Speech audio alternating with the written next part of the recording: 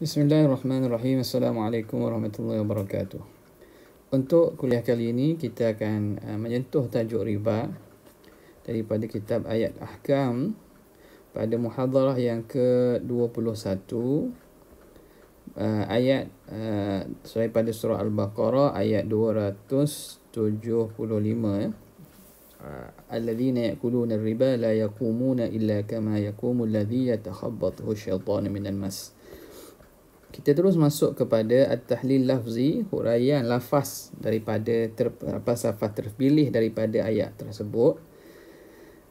Bismillahirrahmanirrahim. Kata pengarang, ar-riba fil lughati az-ziyadatu mutlaqan. Riba pada bahasa merujuk kepada ziyadah, penambahan.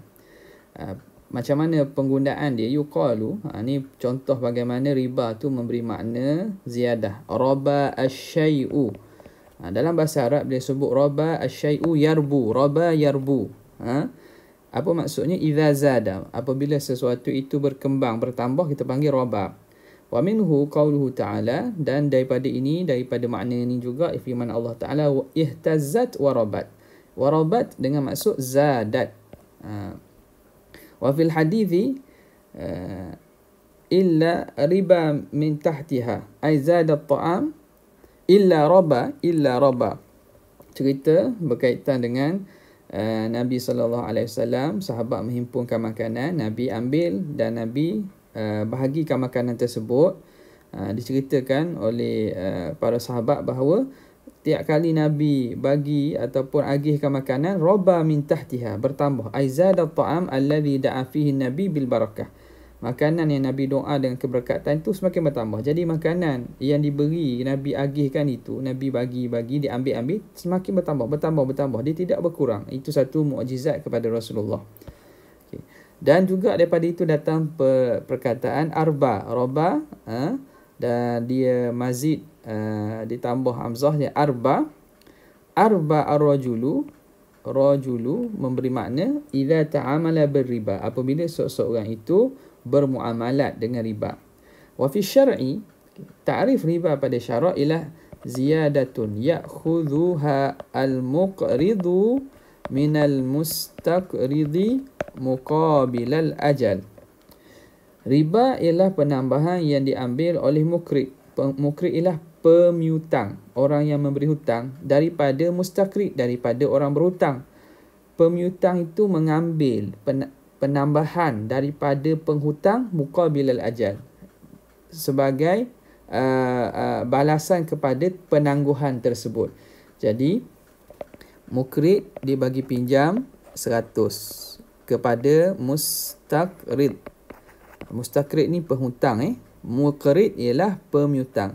Dia pinjam 100. Jadi dia ambil tambahan, kena pulang balik katakanlah 120. Jadi penambahan itu 20 tu kita panggil ziyadah, itu ialah riba. Okay. Seterusnya kita ambil pada lafaz kedua ialah al-mas. Al-mas di sini memberi makna junun, gila. Yuqalu mussar rajulu.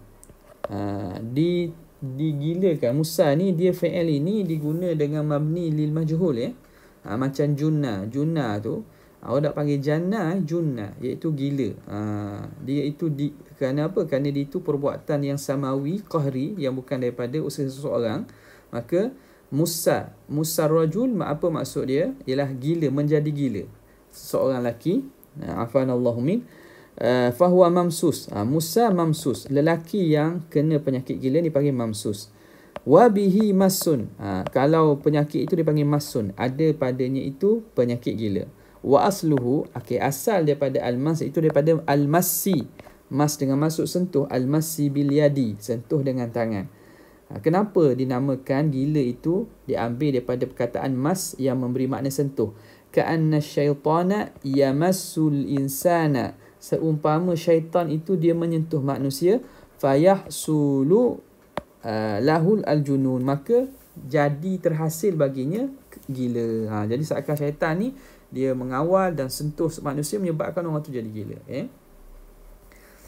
Seterusnya kita masuk kepada makna al-ijmali. Saya ambil satu perenggan je daripada sini. Makna keseluruhan itu pelajar boleh lihat kepada tafsir.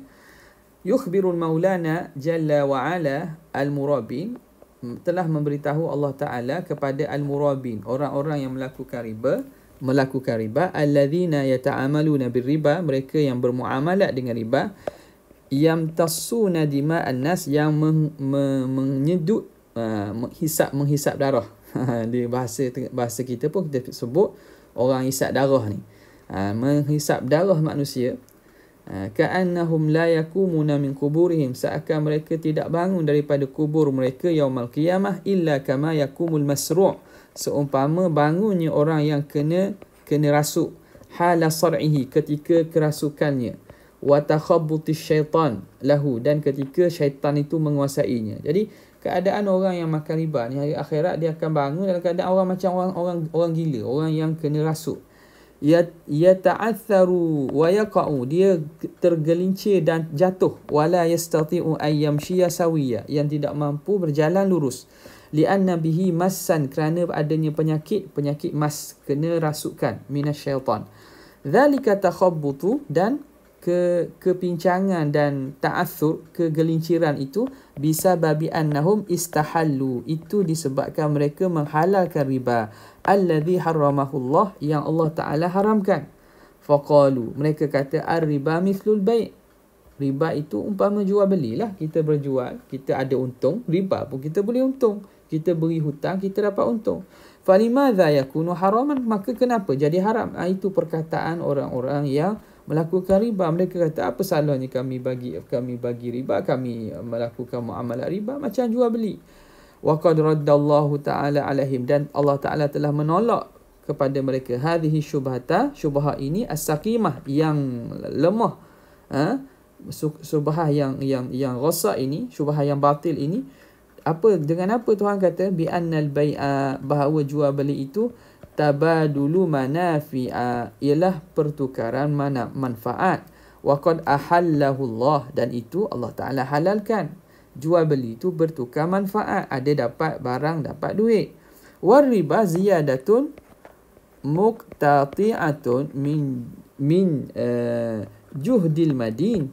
Adapun riba itu ialah penambahan yang diambil, muqtati'ah ni yang diambil daripada juhdil madin, daripada usaha penghutang, au min lahmihi, ataupun daripada dagingnya, maknanya daripada usahanya. Wa qad haramahullah, dan ini Allah Ta'ala haramkan. Fa kaifa yatasawayani, bagaimana boleh sama kedua-dua itu? Tentulah tidak sama. Okey, jadi sebelum saya masuk kepada hukum di sini, apa yang nak beritahu di sini, kerana disebut perbezaan al-bai' dan juga al-riba. Antara ulama yang membicarakan tentang muamalat, Islam menyatakan bezanya pada jual beli ni ada mabi', ada barang dia, dan ada thaman, ada harga. Adapun pada riba ni, riba ialah qardun, hutang. Kita cakap berkaitan, sebab riba ni dalam fiqh, sebagaimana awak semua pelajar semua maklum, boleh rujuk kembali dalam kitab fiqh manhaji, antara perbahasan yang elok, yang baik dalam fiqh manhaji itu ialah perbahasan tentang riba dan bahagiannya. Cuba buka balik fiqh manhaji, tengok pada bab riba itu. Jadi riba yang disentuh dalam Quran ni ialah riba dipanggil riba qard, riba berkaitan dengan hutang. Dalam sunnah dia panggil riba al-buyu', riba berkaitan dengan jual beli, iaitu penambahan ziyadah ahadul jinsain al-mutasawiyan, ziyadah fi al-ajnas ittahada fi syai'aini ittahada jinsan. Itu riba al-buyu', emas bertukar dengan emas, gandum dengan gandum. Itu datang daripada dalam hadis. Adapun dalam ayat Quran ni, dia khusus merujuk kepada riba ad-duyun, riba dain, iaitu riba yang berlaku dalam masalah hutang. Jadi kalau yang dimaksudkan di sini, tengok apa yang berlaku, bezanya jual beli ni ada barang dan ada harga. Adapun riba ni ada qard.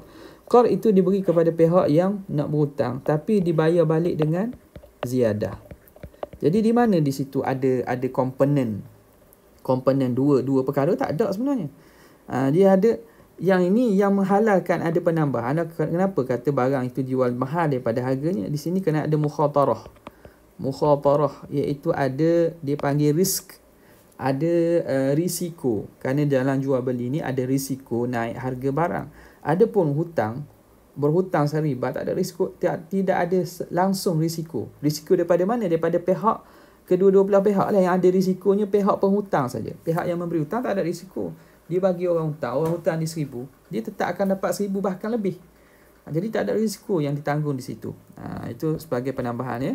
Okey, kita masuk kepada sebab nuzul. Di sini pengarang mengatakan, bawa satu cerita, kan Al-Abbas wa Khalid bin Walid syarikaini fi jahiliyah.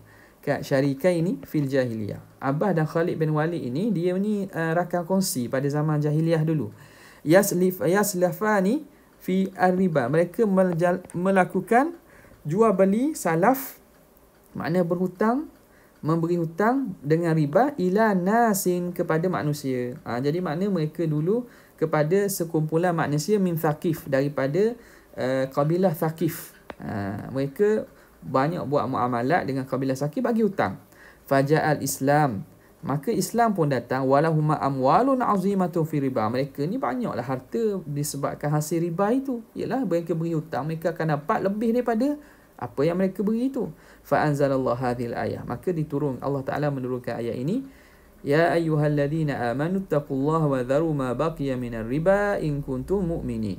Wahai orang beriman, bertakwalah kepada Allah dan tinggallah apa yang saki-baki daripada riba kalau kamu betul-betul beriman. Faqala Nabi sallallahu alaihi wasallam, maka Rasulullah bersabda, ala inna kulla riba min ribal jahiliyah mawdu'. Ketahuilah kamu bahawa setiap riba daripada riba yang berlaku pada zaman jahiliah itu telah aku hapuskan. Wa awwalu riba adha'uhu ribal Abbas. Dan riba yang pertama aku nak hapuskan ialah riba pak saudara aku Abbas. Wa kullu damin min damil jahiliyah mawdu'. Dan setiap darah daripada darah jahiliah itu aku hapuskan. Aku letakkan, habiskan, aku tamatkan. Dam ni maksud apa? Ini masalah perbalahan yang melibatkan kematian. Jadi Nabi pada ini tak silapnya disebut, Nabi SAW menceritakan tentang pada pada tahun-tahun akhir, pada Haji Al-Wada', diceritakan bahawa riba yang dihapuskan, riba pak dari Abbas. Tujuannya nak supaya tidak ada lagi pertelingkahan dan juga apa-apa tuntutan daripada mana-mana pihak.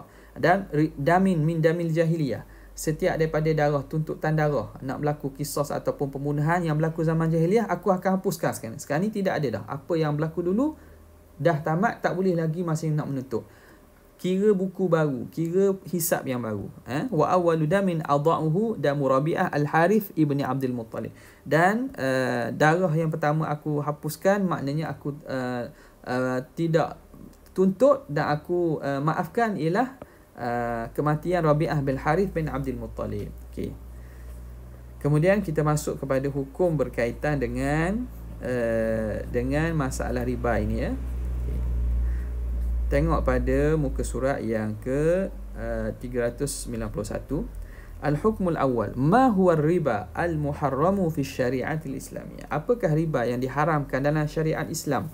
Ar-riba alladhi haramahu al-Islam naw'an. Riba yang diharamkan Islam ada dua jenis, riba nasi'ah wa ribal fadl. Riba nasi'ah, riba yang hasil dengan sebab penangguhan, dan juga ribal fadl, riba dihasilkan dengan sebab penambahan barang ribawi. Amal awal, adapun yang pertama, riba nasi'ah, fahuwa alladhi kana ma'rufan fil jahiliyah, itulah riba yang dikenali pada zaman jahiliyah. Wa huwa an yuqridahu qadran muayyanan minal mal. Seseorang itu memberi hutang satu kadar daripada duit, daripada harta, ila zamanin mahdud, kepada tempoh yang tertentu, kasyahrin, seumpama sebulan, au sanatin, atau setahun, masalan ma'ashtirati ziyadah, dengan disyaratkan penambahan fihi padanya, naziram tidadil ajal, kerana melihat kepada penangguhan tempoh. Jadi bila tempoh itu dilambatkan, ditangguh, ada penambahan.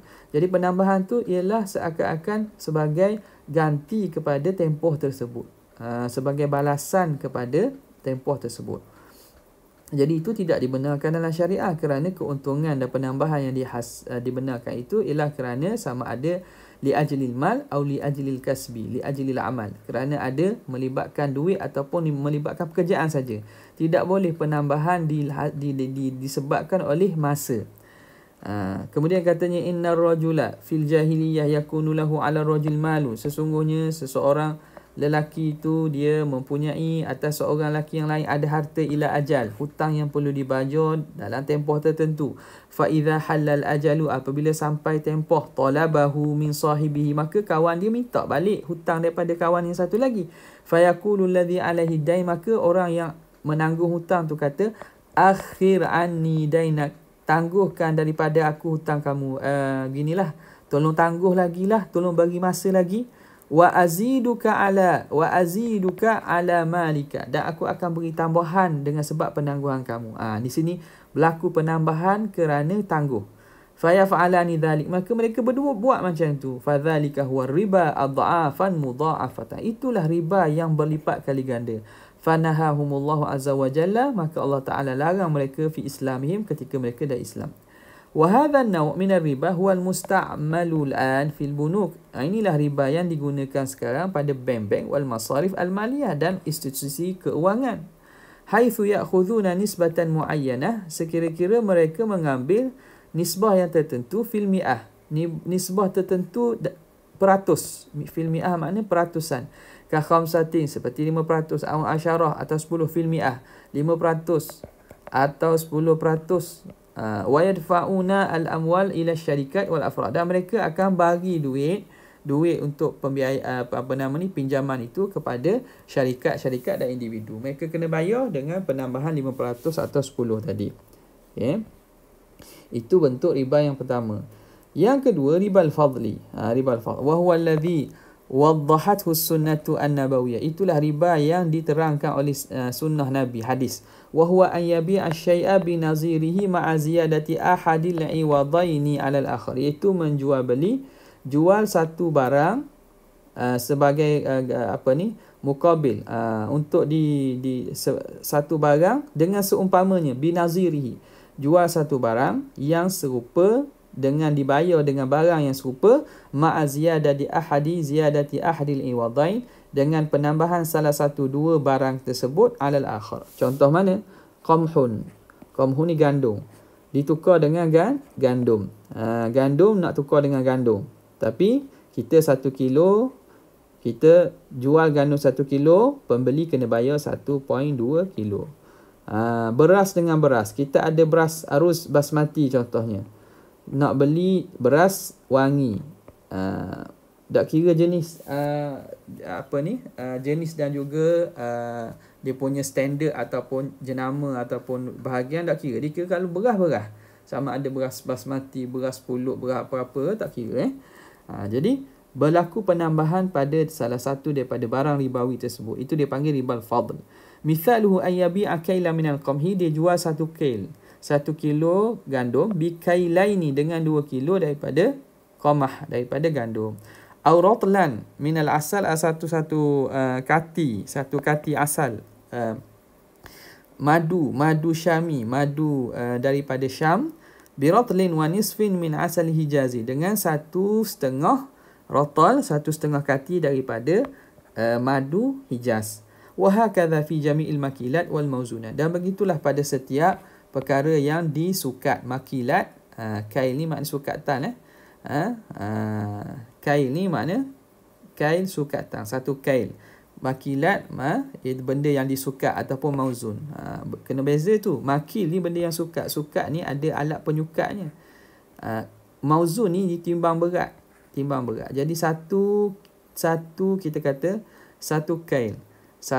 Kita ambil satu gantang lah. Satu gantang beras tidak sama beratnya satu gantang gandum. Tapi dari segi satu dia tetap satu gantang beras, satu gantang gandum. Tapi mauzun ni benda yang ditimbang. Ada barang makanan yang ditimbang secara timbangan, ada yang disukat secara sukatan. Okey.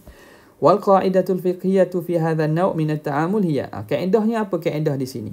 Ini kaedah supaya tidak berlaku riba pada barang-barang ribawi. Jadi kena ingat, ribawi ni melibatkan pada barang-barang yang dipanggil barang ribawiyat. Barang ribawiyat ialah barang-barang yang perlu mengikuti garis panduan muamalat yang tertentu. Kalau tidak, dia akan berlaku riba. Jadi apa kaedah dia di sini? Idza tahadal jinsani haruma ziyadatu wan nasa'u. Apabila sama jenis beras dengan beras, gandum dengan gandum, emas dengan emas, perak dengan perak dengan perak, maka haram ada berlaku penambahan pada salah satu dan haram ada penangguhan. Nasa' ini penangguhan. Wa idza ikhtalafa al-jinsani halla tafadulu dunan nasa'. Apabila berbeza jenis, maka dihalalkan perbezaan lebih kurang, itu dihalalkan berlebih kurang, tapi tidak dihalalkan penangguhan. Okey. Kalau jenis yang berbeza, boleh berlebih kurang, boleh ada yang lebih, ada yang kurang, tapi tidak boleh ditangguh. Contoh, emas tukar dengan perak. Emas tukar dengan perak. Tentulah ada lebih, ada kurang. Tapi boleh tangguh tak? Tak boleh. Mesti ditukar emas dan perak itu secara langsung, secara lani. Okey. Jadi, barang ribawiyat ni semua pelajar boleh tengok ribawiyat. Boleh tengok dalam kitab fiqh manhaji ya. Ada dua. Sama ada dari segi al-athman. Athman itu mata wang, dan juga at-ta'am, makanan, al-at'imah. Jadi dua kategori ribawiyat. Okey. Wa tawdihan li hadhihi al-qa'idah, dan untuk menerangkan kaedah ini, naqul idza aradna, kalau kita ingin mubadalata ainin, pertukaran satu barang bi ainin dengan barang yang lain, ka zaitin bi zaitin, seperti minyak nak tukar dengan minyak, au qamhin bi qamhin, ataupun gandum dengan gandum, au inabin bi inabin, inab, anggur dengan anggur, au tamrin bi tamrin, ataupun kurma dengan kurma, harumat aziyadatu, maka haram penambahan mutlaqan, secara mutlak. Tak boleh ada penambahan atau pengurangan. Wala tu'tabarul aljudah, tidak diambil kira kualiti dia. Oh, ini tamar ajwah ini, takkan sama dengan tamar biasa. Tak dikira. Mesti kena sama juga dari segi sukatan atau timbangan. La tu'tabarul judatu war radaah, tidak diambil kira kualiti dan juga radaah ni judah ni tinggi kualiti, radaah ni rendah kualiti. Wa idza ikhtalafatil ajnas, apabila berbeza jenis, ka qamhin wa sya'id, seperti gandum dengan barli, au zaitin wa tamrin, ataupun minyak dan juga tamar, mathalan jazatiz ziyadatu, maka boleh berlebih kurang, boleh penambahan fihi bi syartil qabdi, tapi dengan syarat mesti diqabat, dipegang dan dilakukan muamalat secara langsung. Lima ruya anin Nabi, kerana berdasarkan hadis riwayat yang diriwayatkan daripada Nabi SAW, adzabu bil zahabi wal fiddatu bil fiddati wal burru bil bur, emas, fiddah ni perak, bur gandum, wasyair bi syair, syair ni barli, wat tamru bi tamri, tamar, kurma, wal milhu bil milhi, dan juga garam dengan garam. Di sini dalam hadis ni enam barang ribawi yang Nabi sebut secara sekaligus. Mithlan bi mithlin, mesti dilakukan sama dengan sama. 200 gram, 200 gram. Satu gantang. Yadan bi yadin, mesti dilakukan secara langsung. Serah tangan ni serah tangan dia. Maknanya mesti berlaku secara lani. Faman zada aw istazada, siapa yang menambah atau minta tambah, faqad arba, sungguhnya dia telah melakukan riba. Al-akhidh wal mu'ti fihi sawa'un, orang yang ambil dan orang beri sama saja pada dosa. Wa fil hadis akhara, pada hadis lain, fa idza ikhtalafat hadhihi al-asnaf, apabila berbeza jenis-jenis ini, fabi'u kaifa syi'tum, maka kamu boleh jual bagaimana kamu nak, lebih kurang, tapi yadan bi yadin, dengan mesti berlaku secara langsung. Ai maqbudan, berlaku secara diqabat ketika majlis itu, dan berlaku jual beli secara hal. Okay, itu hukum yang pertama. Al-hukmu tsani, hukum yang kedua. Hal yubahur riba al-qali, adakah dihalalkan riba yang sedikit. Jadi ini berkaitan dengan riba yang sedikit ini. Kita akan lihat pada video yang seterusnya.